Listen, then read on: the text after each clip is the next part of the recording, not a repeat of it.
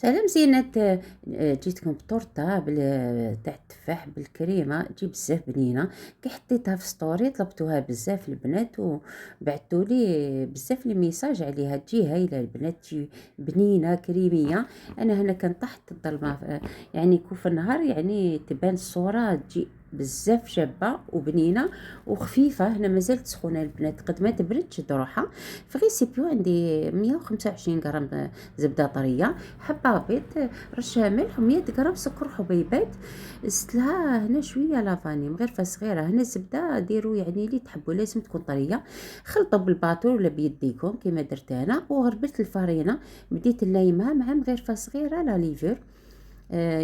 حوالي البنات 2 غرامات ولا 3. خلطت مليح وليمتها تكون شادة روحها، خليتها في الثلاجة حوالي نص ساعة. رحت ندير الكريمة، عندي نص لتر حليب، عندي 50 غرام فلون فاني، مغرفة سكر، و3 مغارف نشا، معناتها نص باكي البنات فلون. خلطوا بارد في بارد ودرتها فوق النار.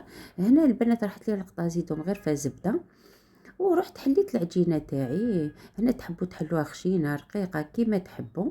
حلوها فوق ورق الطهي باش تعاونكم كي تحطوها في المول الاسطوري. تجي بزاف هايله هذه. العجينه البنات جربوها حتى في لي الطورتات اللي تحبوا ديروهم تاع الفواكه ولا تاع لي زامون.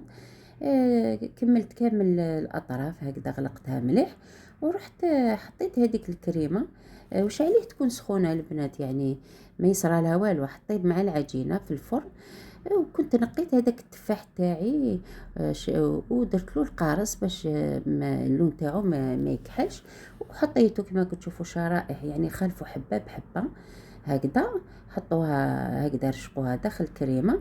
وكنت دخلت الفرن على 105 180 درجه، خليته حوالي ربع ساعه.